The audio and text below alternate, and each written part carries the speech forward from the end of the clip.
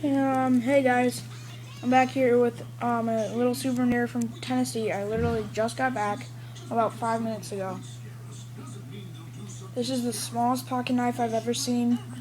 If you've seen one smaller than this, comment. If it is the smallest one you've ever seen, comment. Okay.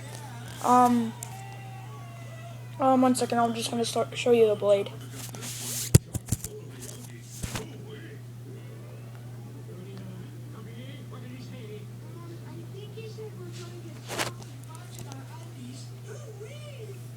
There it is.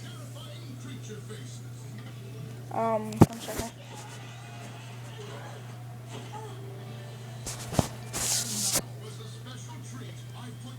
It's not even as long as the width of your hand. So, yeah, smallest pocket knife I've ever seen. Thanks. See ya.